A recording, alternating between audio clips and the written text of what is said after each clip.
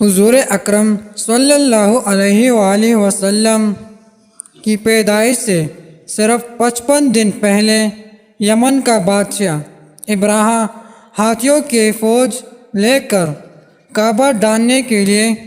مکہ پر حملہ آور ہوا تھا۔ اس کا سبب یہ تھا کہ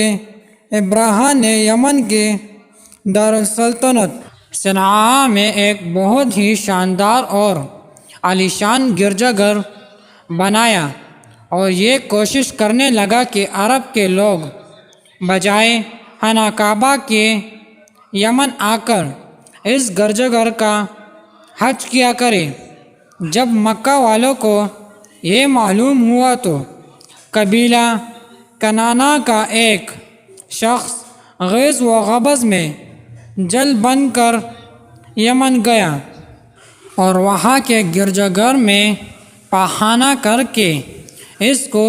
نجاست سے لت پت کر دیا۔ جب ابراہا نے یہ واقعہ سنا تو وہ تیش میں آپے سے باہر ہو گیا اور خانہ کعبہ کو ڈالنے کے لیے ہاتھیوں کی فوج لے کر مکہ پر حملہ کر دیا، اور اس کی فوج اگلے دستے نے مکہ والوں کے تمام اونٹوں اور دوسرے مویشیوں کو چھین لیا۔ اس میں 200 یا 400 اونٹ عبد المطلب کے بھی تھے۔ حضرت عبد المطلب کو اس واقعے سے بڑا رنج پہنچا، چنانچہ آپ اس معاملے میں گفتگو کرنے کے لیے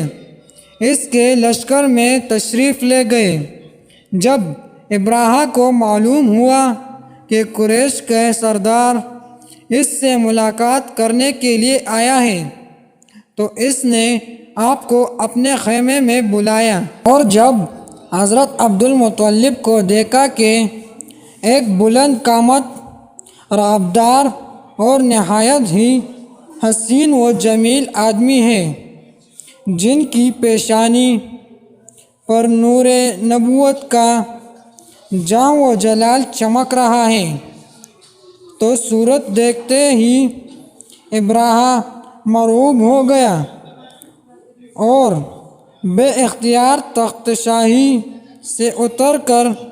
اور آپ کی تعظیم و تکریم کے لیے کھڑا ہو گیا اور اپنے برابر بٹھا کر دریافت کیا کہ کہیے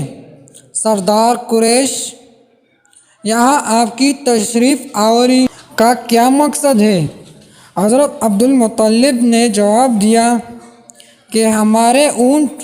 اور بکریاں وغیرہ جو آپ کے لشکر کی سپاہی ہانگ لائے ہیں، آپ ان سب مویشیوں کو ہمارے سپرد کر دیجیے۔ یہ سن کر ابراہا نے کہا کہ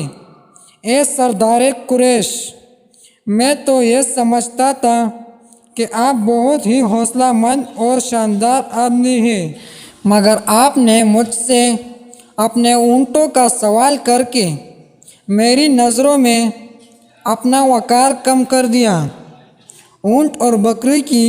حقیقت ہی کیا ہے؟ میں تو آپ کی کعبہ کو توڑ پھوڑ کر برباد کرنے کے لیے آیا ہوں، آپ نے اس کے بارے میں کوئی گفتگو نہیں کی۔ حضرت عبد المطلب نے کہا کہ مجھے تو اپنے اونٹوں سے مطلب ہے، کعبہ میرا گھر نہیں ہے، بلکہ وہ تو خدا کا گھر ہے، وہ خود اپنے گھر کو بچا لے گا، مجھے کعبہ کی ذرا بھی فکر نہیں ہے۔ یہ سن کر ابراہا اپنے فرعونی لہجے میں کہنے لگا کہ اے سردار مکہ، سن لیجئے، نعوذ باللہ، میں کعبہ کو ڈھا کر اس کی اینٹ سے اینٹ بجا دوں گا اور روئے زمین سے اس کا نام و نشان مٹا دوں گا،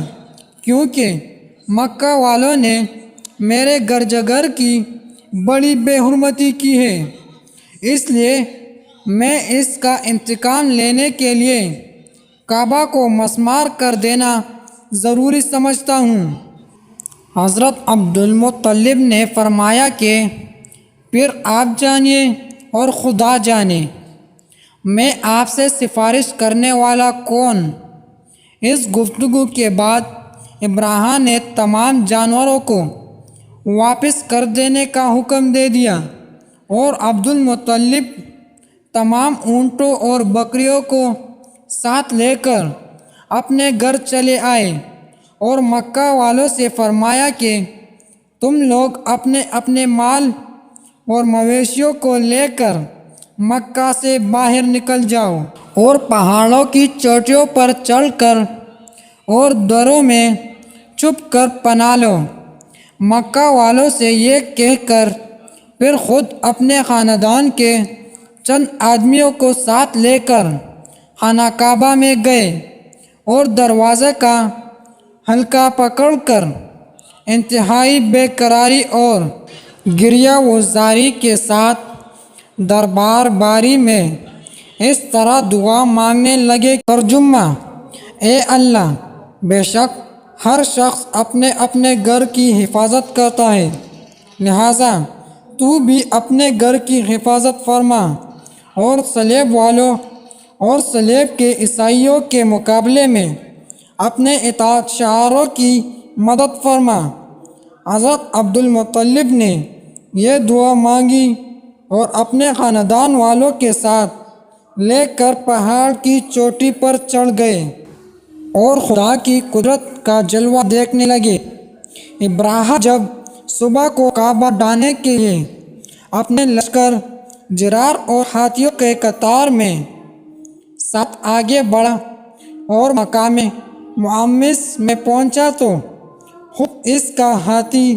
جس کا نام محمود تھا، ایک دم بیٹھ گیا، ہر چند مارا اور بار بار للکارا مگر ہاتھی نہیں اٹھا۔ اسی حال میں قہر الہی ابابیلوں کی شکل میں نمودار ہوا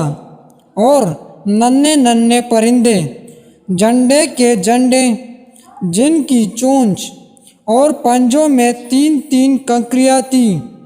سمندر کی جانب سے حرم کعبہ کی طرف آنے لگے۔ ابابیلوں کی ان لشکروں نے ابراہیم کے فوجوں اور اس زور و شور سے سنگ باری شروع کر دی کہ آن کی آن میں ابراہیم کے لشکر اور اس کے ہاتھیوں کے پر خچے اڑ گئے۔ ابابیلوں کی سنگ باری خداوند قہار و جبار کے قہر و غضب کی ایسی مار تھی کہ جب کوئی کنکری کسی فیل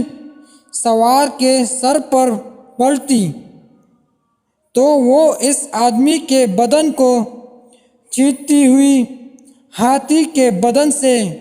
پار ہو جاتی تھی۔ ابراہیم کی فوج کا ایک آدمی بھی زندہ نہیں بچا اور سب کے سب ابراہیم اور اس کے ہاتھیوں سمیت اس طرح ہلاک و برباد ہو گئے کہ ان کے جسموں کی پوٹیاں ٹکڑے ٹکڑے ہو کر زمین پر بکھر گئے۔ چنانچہ قرآن مجید کی سورہ فیل میں خداوند قدوس نے اس واقعے کا ذکر کرتے ہوئے ارشاد فرمایا۔ ترجمہ: یعنی اے محبوب، کیا آپ نے نہ دیکھا کہ آپ کے رب نے ان ہاتھی والوں کا کیا حال کر ڈالا؟ ان کے داؤں کو تباہی میں نہ ڈالا اور ان پر پرندوں کی ٹکڑیاں بھیجے تاکہ انہیں کنکر کے پتھروں سے مارے تو انہیں چبائے ہوئے بھوس جیسا بنا ڈالا۔ جب ابراہیم اور اس کے لشکروں کا یہ انجام ہوا تو عبد المطلب پہاڑ سے نیچے اترے اور خدا کا شکر ادا کیا۔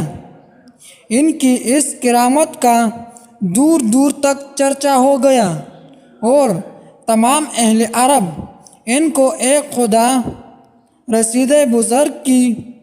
حیثیت سے قابل احترام سمجھنے لگے۔